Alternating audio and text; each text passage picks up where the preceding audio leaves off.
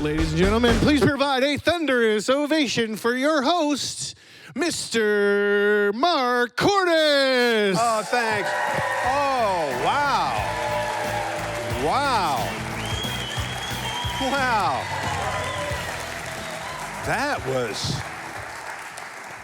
That was amazing and so unexpected. Thank you very much. Those of you watching at home, you should be here. As I look out at this huge, there's got to be 3,500, maybe 4,000 people here. It's a great way to kick off a Friday. Welcome to the July episode of Mesa Morning Live. We try and do this every month, except for 1 month. We don't do it in November. Long story. But it's a pleasure to be back. I've been gone. You didn't care, but I've been gone for a couple of months. I'd like to thank Mayor Giles for filling in. And last month we had Mike Weinberg. Well, I'd like to thank those guys. One of these days, I'm serious, we're going to do this. I'm going to take over the mayor's job for a day. Well, all right, let's try that again. I'm going to take over the mayor's job for a day, and I'm going to declare it a holiday, and none of you have to work.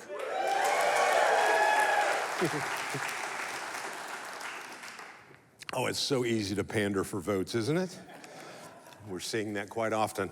All right, well, we've got a lot of stuff to talk about today. We'd like to thank, how about a beautiful venue like the Mesa Community College? We'd like to thank them for allowing us to do Mesa Morning Live here today. We'd like to thank our behind-the-scenes sponsors, including Alpha Graphics, Gateway Bank, Yvonne Martinez Photography, Cobblestone Auto Spa, International Minute Press, and Crescent Crown Distributing, our normal host, and we'll be back there next month. Breakfast today, how great was that breakfast? That was co-produced by Mesa Community College and also Ruby's Country Store and Barbecue. Weren't those great burritos? Thank you. Don't forget on your way out, pick up some bags at the tables on your way out. There's all kinds of goodies from all the businesses that want to be a part of it. If you'd like to get yours involved, talk to Sally or Bob or anybody that's on the chamber staff, and they'll tell you how to get your goodies in there and increase your business exposure. I know I haven't mentioned it yet, so now would be a great time to take your cell phones, silence it, as a courtesy to those on stage and those around you. If your phone does go off during the show, we'll consider that a $20 donation to the United Food Bank. So leave it on if you're feeling extra charitable this morning. And otherwise, but you can silence it, keep your phone out, take pictures, post it on social media and stuff like that. Tag Mesa Morning Live, and you can always find us on Facebook. Are we on anything else besides? What are we on, everything? Instagram? Twitter? Are we on all that? Tinder? Okay. That's why I haven't seen you. You can imagine me on Tinder. Yeah, well, that's a long story. Better stop it right there. Hey, we got a lot of stuff. We got a bunch of great guests, so let's get this thing going. Our first guest is on the front lines of the most important issues, one of the most important issues all over the Southwest United States, especially here in Arizona, water. Please join me in welcoming Associate General Manager of Water Resources from Salt River Project. Please welcome Mr. Dave Roberts right here. Hi, Dave. Welcome, sir. Thank you. You are Mr. Water. Well, I just my coined wife you that. would not say that. Well, I'm going to take a sip of such as you tell us a little bit about, give us a little background on you personally. Where are you from? How did you get here? Sure, I came here in the 70s. I went to Arizona State University, finished up school there. Yeah. That couldn't have been a very fun place in the 70s. Oh, yeah, it was. Do you remember a lot of it? I do. Okay. It was a lot different than it looks today, that's Yeah. for sure.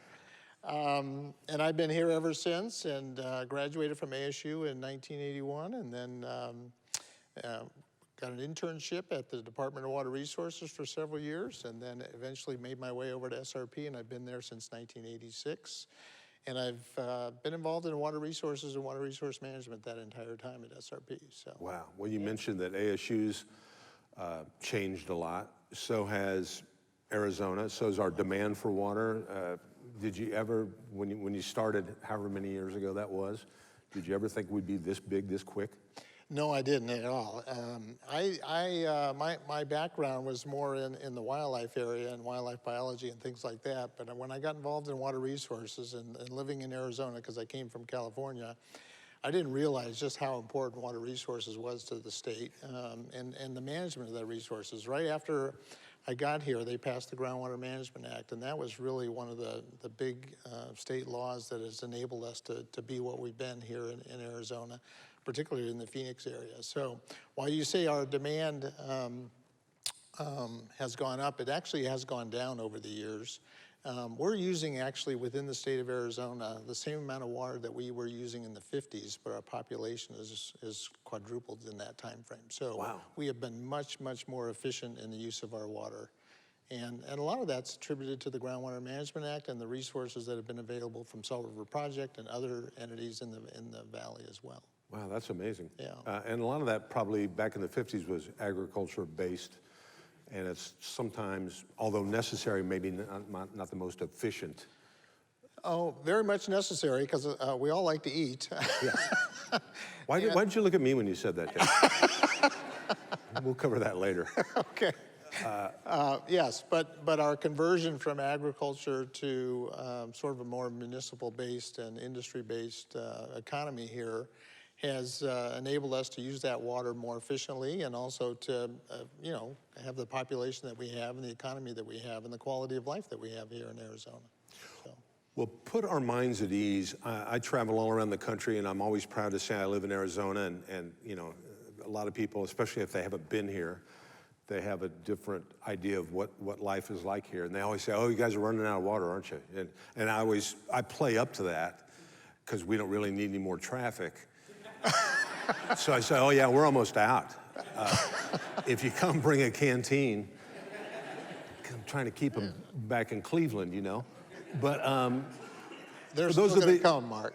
But for those of us that live here, put our mind at ease. We're not going to run out, are we? No, I think that the long-term planning that Arizona and its folks that were here long before us put in place for our water resources has really served us well.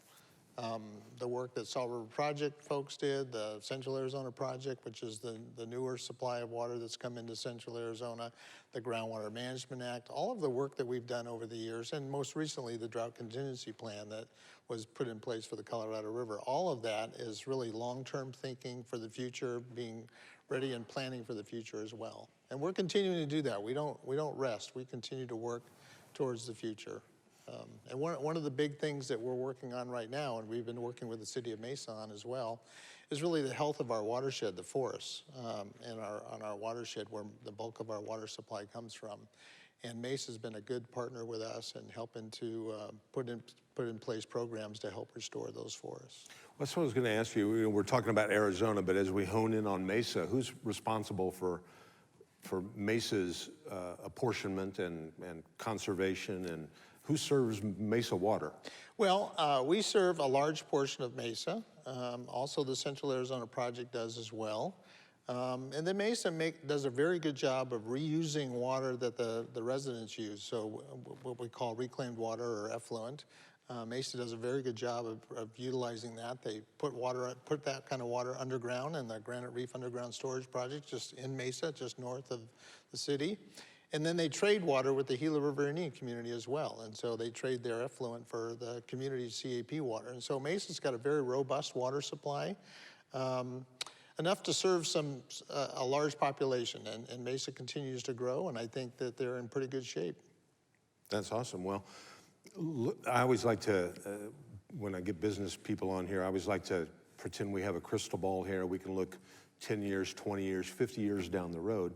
What do you see happening with the water situation, both Mesa and statewide? You feel good about where we're going? I feel good about what's been happening sort of more locally here in the Phoenix metropolitan area, or what we would call the Mesa metropolitan area. Can we call it that? Sure. So I feel really good about that. We've done a lot of advanced planning. Mesa does get water from the Colorado River, and the CAP supply that comes in from the Colorado is the more junior supply, and so it's subject to being cut and shortages. But they've stored a lot of water underground that they can recover. Mesa has a lot of wells that they can recover and utilize that supply. But outside of the metropolitan areas, we have some challenges, especially in rural Arizona, where people are starting to move to, and businesses are starting to show up, particularly agriculture. And there's just really only one kind of a supply available to them, and that's groundwater. And so there's some overuse of groundwater in different parts of the state that are going to be challenges, and we're going to have to work towards that. Well, if we ever, and I've always kind of thought of it this way, if we ever run into a shortage of water, we can just like choke off Tucson, can't we? Because, I mean, it flows from the Colorado River. We can just dam it all up here. So the canal runs through Phoenix and Mesa first, and then it heads away south. They won't maybe even miss, maybe everything south of the Gila River. They really won't miss it for a while. And if you, well, okay. I don't think so. This doesn't broadcast to Tucson, does it? Okay. Well, by the way, I have a place up in Pine Top, our favorite hill. Now, I've been told, and I hope this is right, that the aquifer up there is like one of the largest in the country. Yes, it is. It's called the Sea Aquifer, and that entire region, it actually goes all the way from the rim north into the Navajo Indian Reservation, so it's a very large aquifer. And there are some storage reservoirs up there as well that eventually will be utilized for municipal drinking water up in that area too. But I think in the Pine Top area, as long as there's snow periodically to recharge that aquifer, I think you're doing pretty well. And this particular year, we did great up there, as you know. Exactly. Perfect.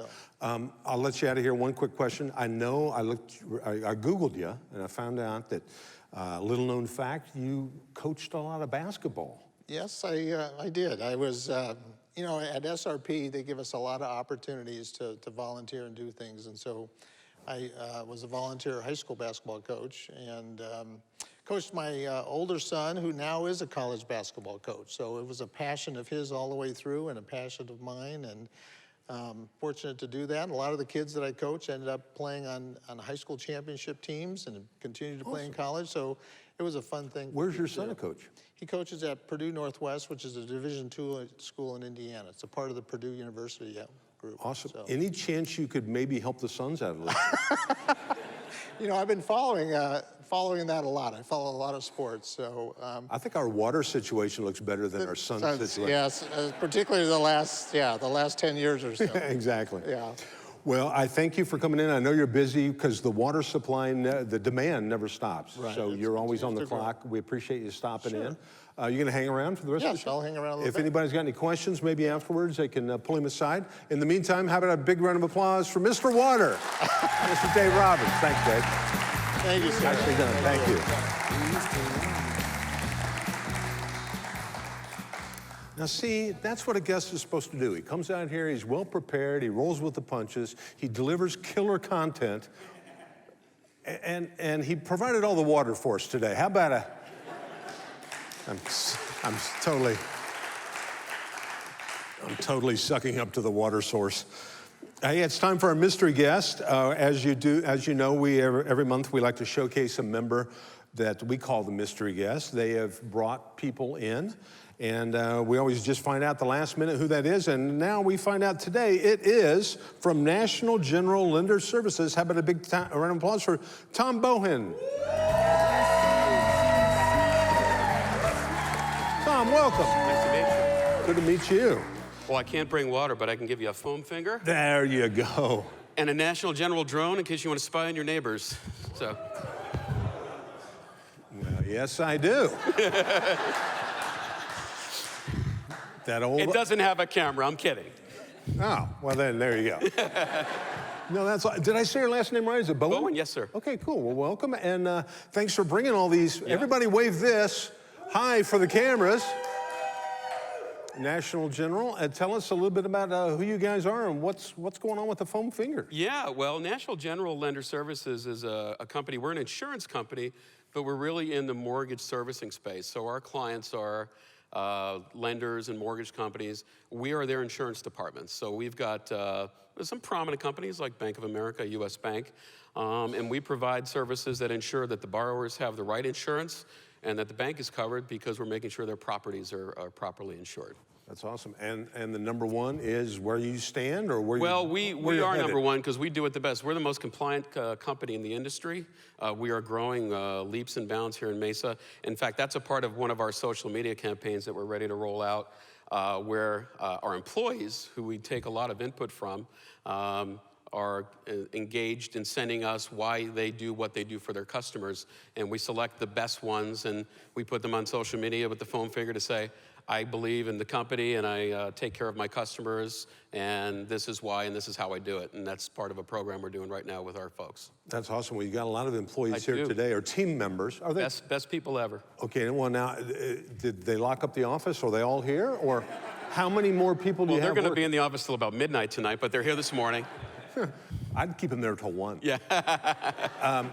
How many employees do you have in Arizona? In Mesa, we're up to 550 in the Mesa office. We're actually expanding. We started in the Mesa office almost 4 years ago with about 300 folks. Wow. We've grown to over 550. In fact, we're looking for some additional space, and we're always looking for great folks to work for a great, growing, and thriving company. All right, now, let me do the math here. Today you brought about a dozen people. Yes. And because of that, you got to be the mystery guest. Yes. You could bring a dozen different people every month for a year. We could. From the Mesa office and be my mystery guest. It wouldn't even be a mystery after a while. It would be. Let's talk about it. We can talk after the show. All right, I like that. Especially if you keep bringing stuff like this. I got more tchotchkes, believe me. Will this fly? Yes, it will fly. Oh, Our generation doesn't fly those well, though. I'm just telling you right now.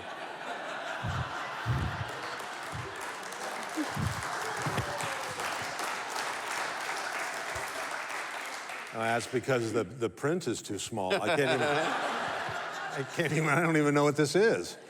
That's awesome. Well, thank you very much. Thanks for doing what you do, and thanks for being such a business partner for Mesa. Thank you. From 300 to 550 people. Asking the same question, 10 years down the road, how many employees do you think you're going to have? I think we're going to have at least somewhere between 750 and 1,000. So we're excited about that. Yeah, we're growing. We have a lot of good irons in the fire from a growth perspective.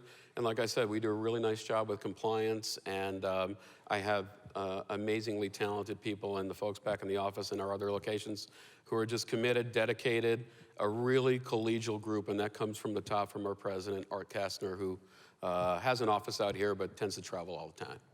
Cool. Well, here's a little tip, save you a little money. Get to 1,000, then all you got to do is put a K right here. I'm with you. Absolutely. That's the kind of brain power that. Well, thank you very much for being here. Thanks for bringing all these great people. That look, they're all taking. Is that a video or a picture? Picture. Let's take a picture of me and Mr. Bowen.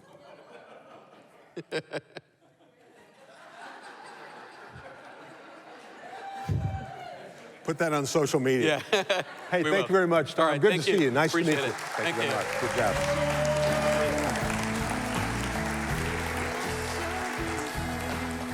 That is awesome. Man, I got a present and everything. Come back next month, Tom. Oh, no, I won't. I'm not going to be here next month. Come back the month after that.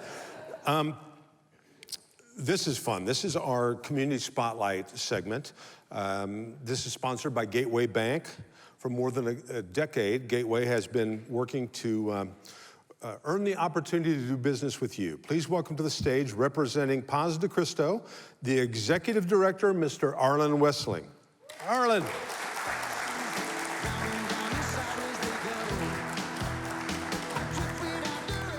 Welcome, sir. Thank you. Good morning. Good to have you back, because you've been here before. I have. How many times have you been here? Just once, about 3 or 4 years ago, once. We'll try and work that in whenever we can. I knew that.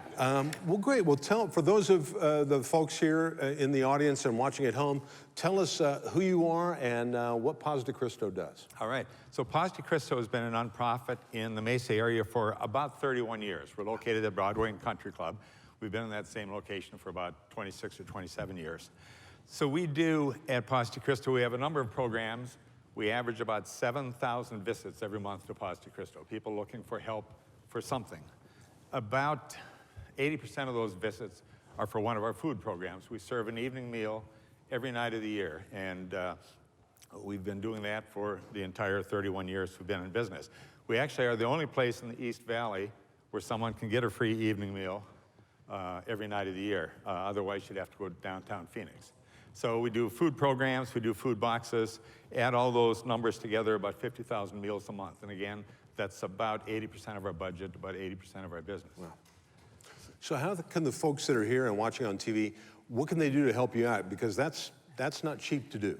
It's not cheap, and it's not, it takes a lot of manpower to serve all those people. We only have 8 full-time employees at Paz de Cristo, but we average 800 volunteers every month. So we've really learned to leverage the power of volunteerism. So that's what I would ask. If anyone's interested, you can get us at pazdecristo.org, and there's a way to go on, find a calendar, find an open date, and volunteer. We heard about the water SRP, the changes that they've seen over the years. What has Paz de Cristo seen as far as changes over 31 years? I'm sure it's been amazing. Well, the numbers of course have grown as the population has grown. In our situation, the people that we see, I would say the majority, more than half of them, are suffering from mental health issues or behavioral health issues. Those are the key things. The thing that's changed in the last 3 years is the homeless population. It's really, really grown. Our overall number of visitors has stayed fairly steady, but our homeless population is probably up 30 to 35% over the last 2 years. Okay. So that's a big issue. Well, going forward, I mean, obviously, I don't mean this in a bad way, but we wish we didn't need Paz de Cristo, right? Well, I mentioned we've averaged 7,000 visits a month for the last several years. This year, we're down to about 6,000, so maybe something's happening. You know, we keep doing that. I know you ask everyone where you are in 10 years. In our case, we'd like to declare victory, say hunger is solved, and we'll go on. That's awesome. Well, and how long have you been associated? I've been there 7 years. Wow. Well, good for you, and thanks for all you do, and thanks for for those of you that are sitting here and thinking, you know, the economy's good for me. It's not good for everybody. There's a lot of people out there that need help. You can help out by being a volunteer, or if you don't have the time to volunteer, pull out a checkbook. You guys probably accept that every We have day. a big donate button on our website as well. All right, cool. Well, we appreciate you being here. There's a whole lot of stuff happening here that's happening. So I'm gonna let you turn, because it's very distracting. As interested as I am in you, there's a bunch of really issues that need to be taken care of here. So I'm going to turn you loose. But how about a big round of applause, Mr. Arlen Westling? Thank you, sir. All right, thank you for all your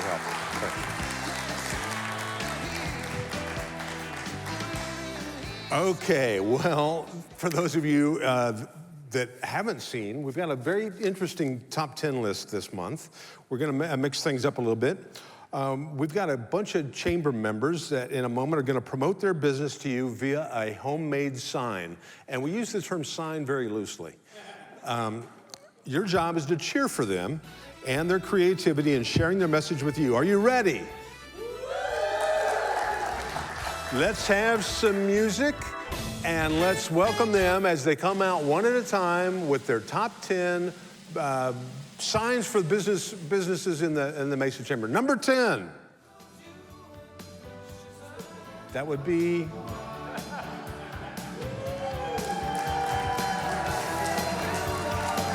This is the Citadel Senior Living. At the Citadel Senior Living community, you will find a warm, dedicated staff committed to creating a community you will be delighted to call home. Come experience where elegance and comfort come together. That is the Citadel. That's a cry for help right there. Is that a shark? Is that what that is? Oh, okay. From the back, it looks totally different.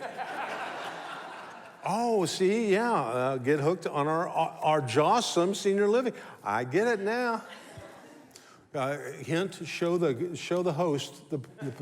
Okay, number 9, Quick Quack Car Wash. Originally named Splish and Splash and Dash Car Wash, the car wash chain began in Sacramento. With a single location in 2004, Quick Quack is best known for unlimited car wash memberships, free vacuums, and exceptional customer service from sharp-looking, tie-clad team members.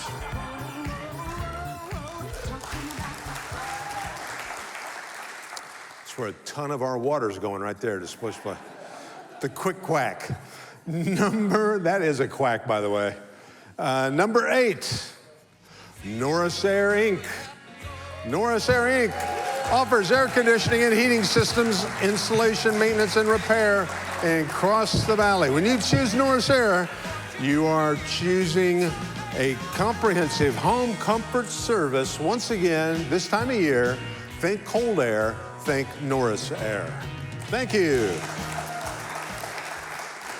Number 7, Medicine for Business and Industry. Founded in 1982 by Dr. Walter O'Hare, MBI continues to provide competent, cost-effective occupational health services to employers and employees in Arizona, sticking to the core principles and Dr. O'Hare's philosophy to fit the applicant to the job. MBI is the only facility in Arizona dedicated to the sole practice of occupational health. Bigger round of applause for number 7, Medicine for Business and Industry. Number 6, Mountain View Funeral Home and Cemetery. Mountain View Funeral Home and Cemetery continues to be a landmark and a source of pride for the Mesa. Are they here?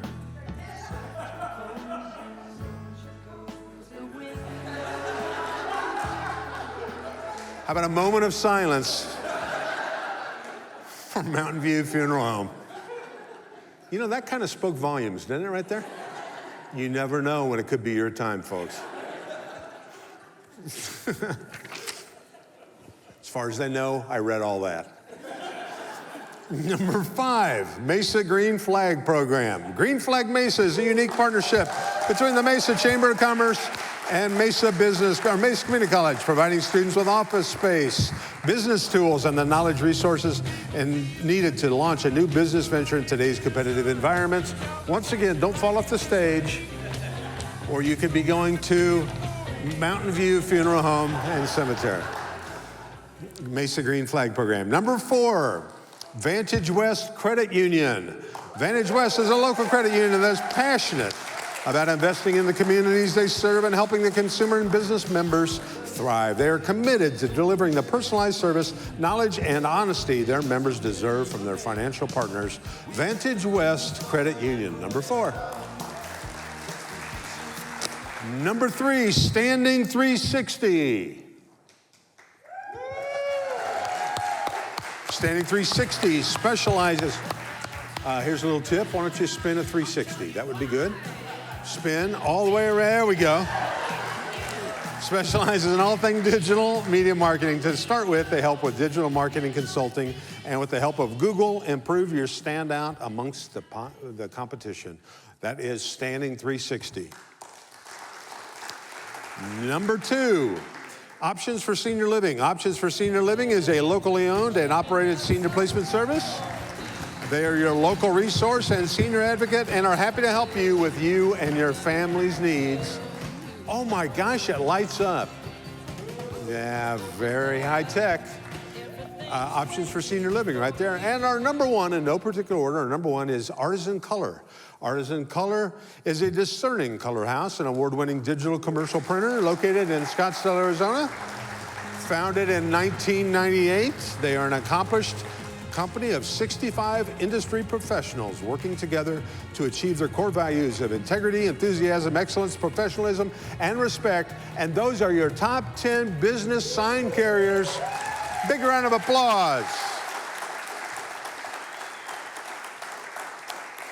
Awesome. Well, now it's one of the most fun parts. I look forward to this every month that I'm here. He's a great member of the chamber here. It's time for This Day in Mesa Morning Live. We're going to test your knowledge of Mesa Morning Live history. Please join me in welcoming to the stage the segment sponsor, Mr. Mike Picard of Ocean Air. Mike, come on out.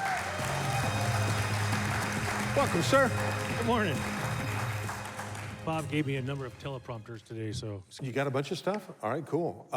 Congratulations on being our segment sponsor. You seem to do this every month because you're good at it. I enjoy it. It's a good place to be. And it's been lucrative for you, too, because a viewer, tell us the story about what you just posted on social media the other day. Yeah, for all you businesses out there, we posted one this week about a lady who saw us on Mesa Morning Live. and gave us a call, and we put in a new system for her. So this is a great place to grow your business. Perfect. And just out of curiosity, how many people in your career have given you the finger? Oh, it's thousands. This week, really. But that's, as I said, the first time I've ever got the index, so I'm happy with that. By the way, this would not be good marketing for every business. A lot of guys, if you've had a physical, you know where I'm going with this. Aren't you glad I put that in your segment? Yeah, thanks. All right, so you're going to ask, let me see if I can encapsulate your purpose of being here, other than brightening our stage. You're going to ask somebody that I'm going to pull a card out of here. You're going to ask them a trivia question all about past episodes of Mesa Morning Live. Correct, and this one goes back 3 months. So wow. if you can't get this, you're a rock. Okay, well, let's stir all this up. I'm going to let you reach in, pull out the person that we're going to invite on stage to do a short little commercial about them and their business. So here's another opportunity for somebody. Bill Frazier, Studio Southwest. Are you here, Bill? Bill Frazier, come on up, buddy. Come on up, Bill.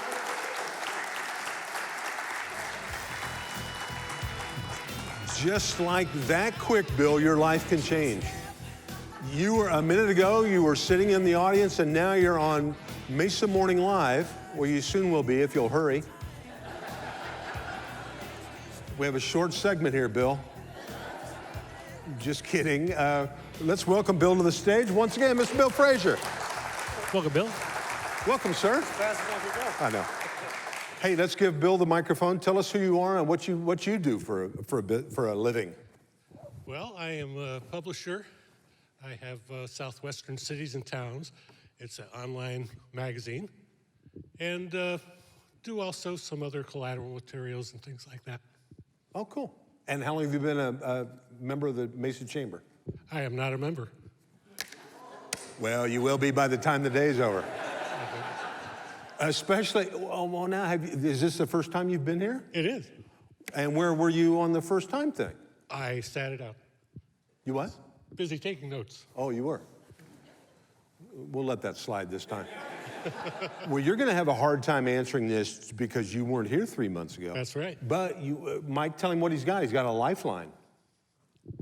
You can choose anybody in the audience who is not a chamber employee as your lifeline.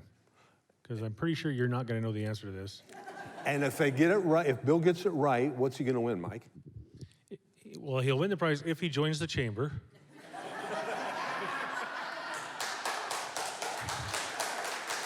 You are going to win 6 tickets to Ice Fantasy. Now, you'll pick those tickets up at the chamber office, and Ice Fantasy is a 70-minute ice production that showcases world-class talent in the arts of gymnastics, acrobatics, and figure skating, all inside a family-friendly theatrical performance. This show will be an unforgettable experience that you and your family will remember forever. 6 tickets. And for all you other chamber members, if you want to go see it, just use the promo code SARC, S-A-R-C-C, and that benefits the Mesa Chamber Initiative, Mesa Autism Initiative, and you'll get 30% off, and they will also donate $5 per ticket. So go see Ice Fantasy. And we're into the heat of summer. What a better place to go for 70 minutes than someplace that's cool enough to have ice. So, that's right. See? And I get it. See the ocean air, ice. Nice, I'm with you, man. We track. All right, Bill, you can ask for help with anybody in the audience that you think looks smart. Well, not Mike. He knows the answer. Okay. They don't even know the question yet. I'll let you pick somebody right now, and we'll gamble on whether or not. And if they don't know it, then I get the tickets. All right, what's the here's question? Your question. Let me ask you a question. Okay. In AZ Central this month, this week, Cash Paid is a new TV show premiering this month, and it will feature a garage renovation of this March 2019 Mesa Morning Live's main guest home, whose other claim to fame was crashing Angelo's bachelor party. Who is he? Now, just as you ponder that and look out for you might see a light bulb over somebody's head. This is a new show called Cash Pad, and one of our guests from 3 months ago, his home has been renovated and is going to be on TV. His garage, and it's turning into a little rental unit. Bill, don't look at me, Bill. I know the answer. Look out here. Who do you think knows the answer to that might be able to send you off a vibe? You call on them. You did not hear a news story about a guy who crashed a bachelor party from here to New Jersey, or where was it? New York? Something? Vermont. Vermont. Thank you. Somewhere out east. Bernie Sanders. That's New Hampshire. That's Vermont. You're 0 for 2, Bill. I'm not liking your chances on this. No.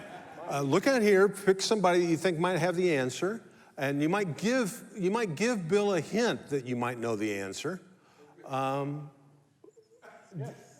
The gentleman right there in the tie, that would be? Keith.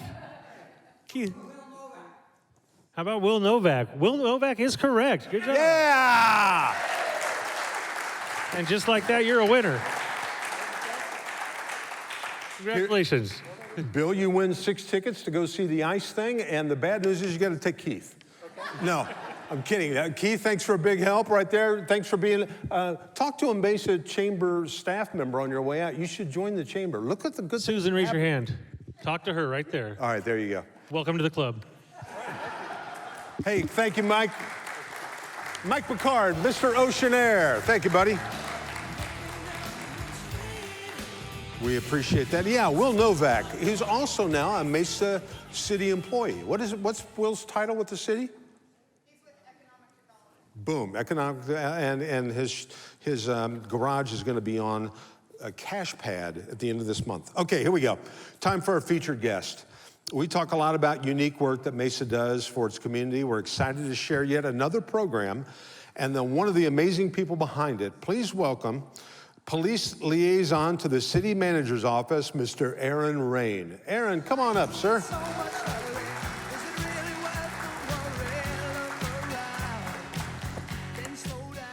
Welcome, sir. Good to have you here. Good to be here. I was hoping for that ZZ Top or Eric Clapton they were playing earlier for my walk-up. Well, Guys. with your name, I think we missed an opportunity for Purple Rain. Oh, yeah. Never heard that one. Or maybe raindrops keep falling on my head. Well, my nickname is Rain Man, so Oh, well, there you go. it works. Well, are you a good driver? Not really. Okay. Well, Aaron, tell us a little bit about, and by the way, I hope this isn't the only rain we see today. I hope we're going to get a little Hopefully more, monsoon. yeah. It's been too darn hot. Yeah, it has been too hot. Tell us, give us a little history about you, your background, what you do, how you got there, and what you're working with. How much time do we have? 3 minutes. So, yeah, I actually grew up in California. Came to visit Arizona over the last several years and enjoyed it. Decided to move the family out here in 2002.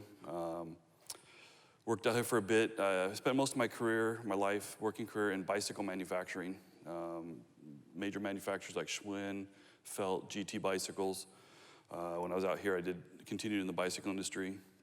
Decided I wanted to be a police officer.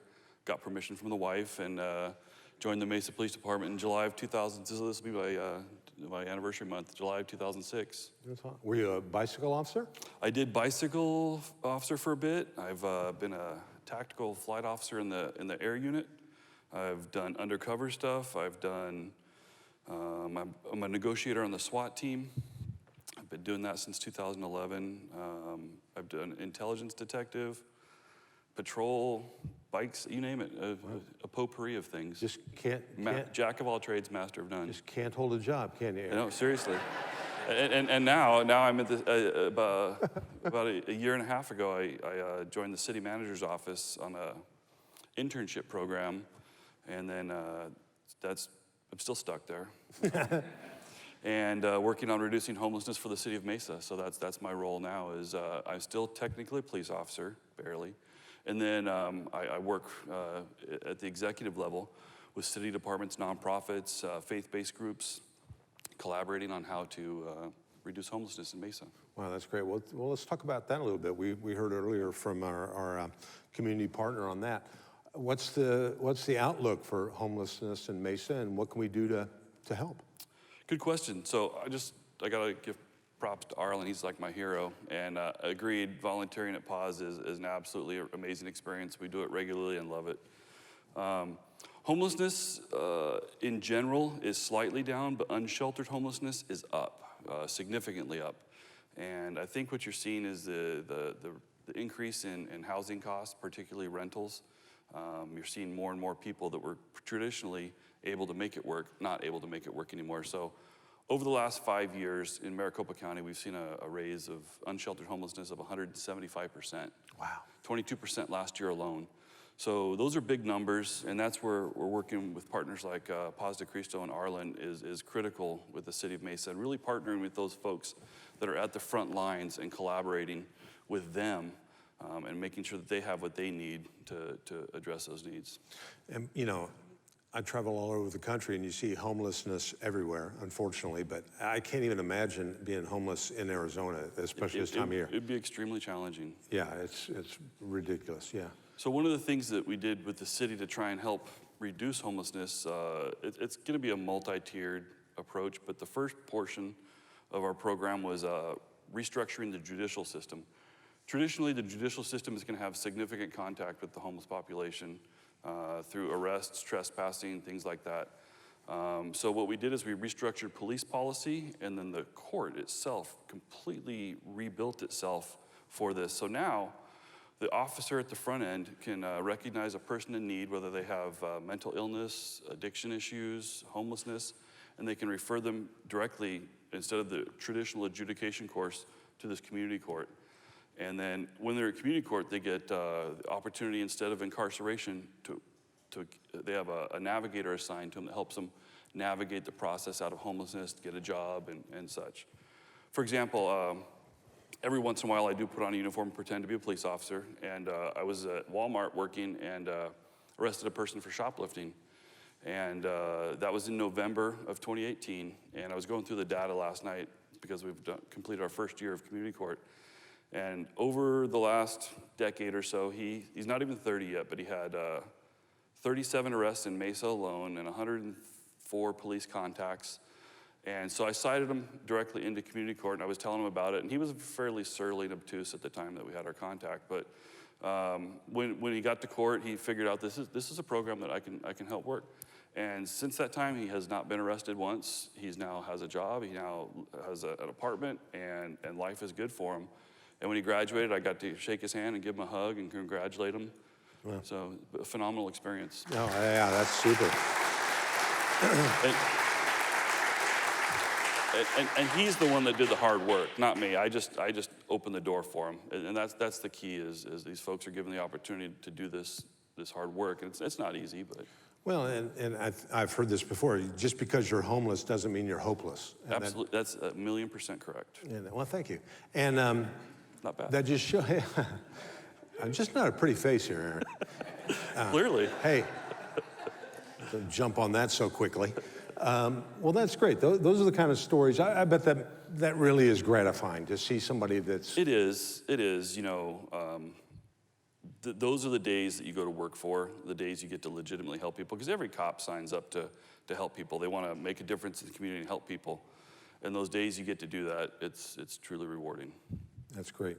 What, for those, I'll ask you what I ask everybody. For those of us here or watching on TV, what can they do to help? Good question. So we are expanding our community court. We're really trying to grow it and turn it into throughout the entire judicial system. You know, a lot of the people that we're rehabilitating need jobs, and they need places to work, and a lot of times their criminal history is a hurdle. I know at the city and other places we're working on trying to find job positions where the judicial involvement isn't such an issue, and get people employed. Because if I can get them employed and get them earning a sufficient wage, they're not falling into homelessness. They're not going back to the game of slinging dope and, you know, the things that are going to get them invited back to the court. Well, and homelessness, it spawns a lot of other issues. All of a sudden, you know, you can't be healthy on the streets. No, and that's exactly correct. You know, all of us struggle with something. We're able to keep it, you know, in check because we have a family, a roof over our head, food in our belly, a support system, a church, whatever it may be. Take all that away, and it's not that long before I'm the guy in the corner throwing rocks and you know, acting, you know, out of control. when you take all that away and there's no hope, then you know, it could be any of us. It's just, you look at it and you're like, well, they've given up. What we try and do, and for lack of a term, we have, the system has given up on them for decades. And in Mesa, what we try to do is re-look at it and figure out a better way. And that's where the community court concept came up, and that is, in the past, the judicial system, the analogy I like to use is it's like prescription glasses. Everybody gets the same prescription. Now, if that fits your prescription, then great. If it doesn't, it doesn't. So when we bring the people into court, they meet with a public defender, which acts as an advisory council, and we figure out what prescription they need. What does this person need? So for some people, this could be homeless court. For some people, it could be drug court. For some people, it could be mental health court. For some, it's all three. Some, it's just whatever combination that person needs to succeed. Because in the past, they would get probation, they'd have to pass your analysis for a couple months, and their charge goes away, and they're still homeless. So what do you think is going to happen? So what we do is we try and find out what their particular needs are, and then we walk them through the process, and we try and make the steps initially very easy for them to achieve so they can get that win. And it really is a community court. These folks, there's about 600 people currently in process at community court, and they look out for each other. They help each other make their court dates. The first 100 or so that we've graduated, going back, and I was going through the data last night, accounted for well over 1,000, almost 1,500 arrests in the last decade. And since the 100 have graduated, since we started this July 2nd of last year, only 5 have been rearrested. And that's a massive shift in the recidivism. Some of them had 100 arrests. That's awesome. And maybe while I ask this next question, we can get a microphone ready if anybody in the audience has got a question.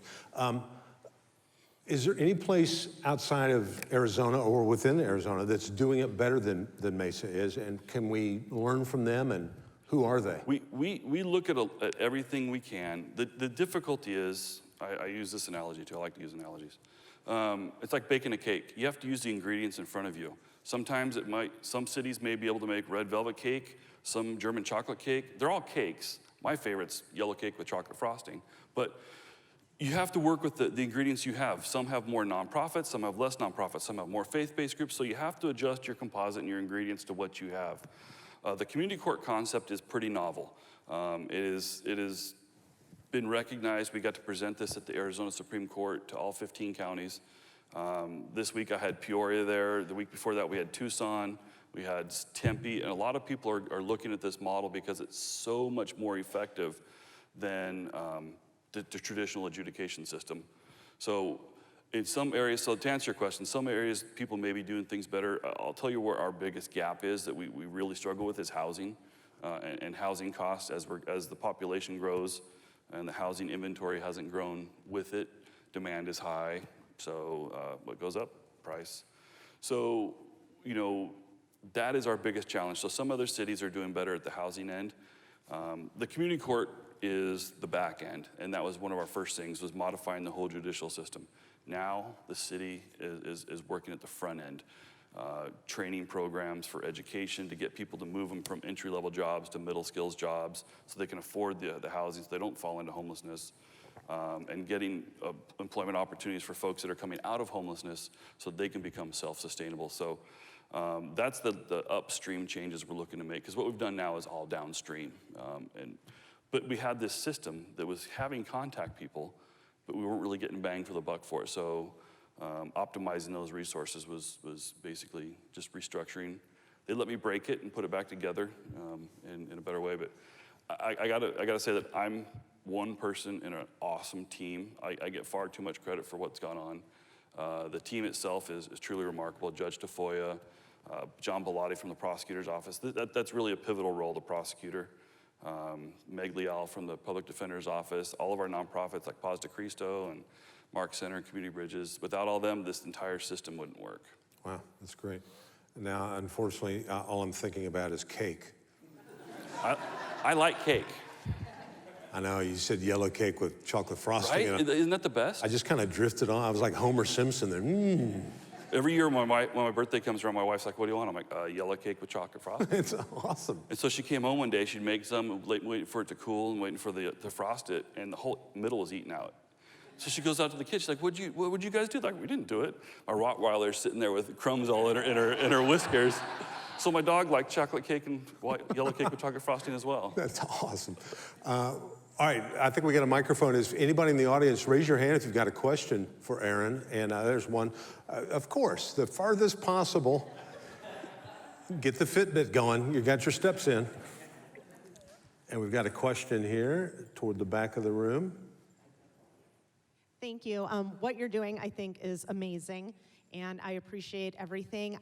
Question I have, because I have been supporting and working with seniors for 25 years, and you're hitting right on something I'm trying to focus more and more on myself, and that is the housing and all that from an aging standpoint. Do you see what you're doing going anywhere in that age group or that direction? Really good question, and yes, the two groups we're focusing most on for the future is the elderly and the aging out foster kids. Aging out foster kids are basically set up to fail, and so that's a foregone conclusion that they're going to end up in homelessness when you look at the statistics. But what we are seeing, and it's tragic that it has a nickname, but it's in the homeless community, it's being called the silver tsunami, and that is the elderly folks on a fixed income that are being forced into homelessness because of the rental costs. When you look at the rental cost, I think the blended apartment cost was about $750 a month for a 1 to 3 bedroom apartment in 2014. Now you're talking $1,500. And so that's a massive shift. And if you're on a fixed income in retirement, that it's not sustainable. Something's going to have to give. So our primary focus moving forward on our projects that specific to housing is going to be on the elderly and the aging out foster kids to try and get those remedied first.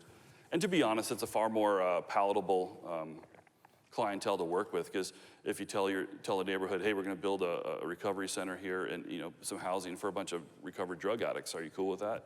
Everybody says no, of course, but they don't realize that this is someone's son, brother, or sister. But when you say that this is an elderly person or a foster child that's aged out, it's far more palatable. So if we can do that and get some wins there and then start building, it kind of keeps going. That's awesome. Well, I might have overstated our amount of time. I don't think we've got time for more questions, but I do have time.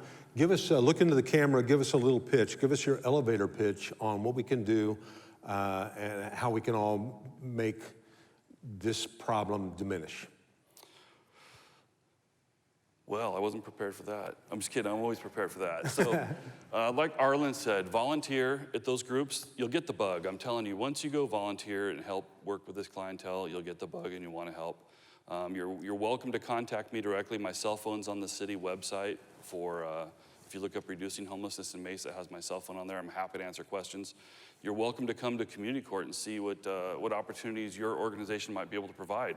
We're always looking for mentors, for someone, kind of like a sponsor in the AA program, where someone could reach out if they're in need and they just need someone to talk to, and then it's just, I have 500 homeless friends that I'm working with right now, and I don't have time for every single one of them. So I'm always looking for help that way, but feel free to stop by community court. We're every Monday, Wednesday at 1 p.m. Actually 2:15 is when the court starts at courtroom 202. Okay, well, we appreciate that. When you're not driving a police car, what do you drive? What kind of car? I have an older BMW, and motorcycle's kind of my thing. I really like riding my motorcycle. Well, for your Beamer, it gets dirty. It does. We're in the monsoon season. It's going to get nasty. So we got you covered for being our special guest today. One of our favorite sponsors and chamber members is Cobblestone Auto Spa. Well, thank you. So here's a gift. It's a $100 detail card. So you can get, now is that any as an officer, can you accept a gift like that? If not, you can give it to the host. I'll have to check with my supervisor. Okay. I like that. Yeah, in other words, he's going to get a detail today. Well, I'm on camera now. So. Take your Beamer in there. They'll spiff it up. Take your car, your vehicle of choice to any Cobblestone. They're all over the valley. Every time you drive by a vacant corner on Tuesday, you go back Friday, there's a Cobblestone there. So they're popping up everywhere. We thank you. Stick around. If anybody's got any questions, you can ask Aaron. And we really appreciate you taking time out of your busy day to be a guest here on Mesa Morning Live. How about a big round of applause for Mr. Aaron Rain? Thanks, sir. Thanks for being here. Thanks. All right, folks, we're going to wrap it up. We'd like to thank all of our folks that were here today. How about a big round of applause for all of our guests that were out here on Mesa Morning Live? We'd like to thank Channel 11 for turning this into a show that we put on the air every month. Thank you so much for all you do. And yeah, it makes it like a real show. And by the way, if you'd like to look at previous shows, past shows, you can always see those at mesamorninglive.com. Hey, save a date. We'll get more information in the coming months, but I'm going to be at one of the world-class venues anywhere, and that is Mesa Arts Center. I'm going to be bringing my one-man show, The Spouse Whisperer, there, October 10th through 13th. So we're going to have a special chamber night on the first night, right, Sally? On October 10th. It's going to be a big hullabaloo with Mesa Chamber. We're going to raise a bunch of money. We're going to do a bunch of cool things. And you're going to hear it here first. We're going to give a veteran in need a car. So that's all going to be, yeah. So you'll hear more about that in the coming months, but you can go to Mesa Arts Center and get tickets for The Spouse Whisperer. How many people, round of applause, if you've seen The Spouse Whisperer? See? I need a better agent. I promise you'll love the show. Don't pay attention to what happened here. It's really a funny show. We really would like to thank you. Thanks to all of our behind-the-scenes sponsors. Pick up a bag on your way out. Go out and make it a great day, folks. You're living the dream. You live in Mesa, Arizona. Have a great one. Thanks. Think about direction, wonder why.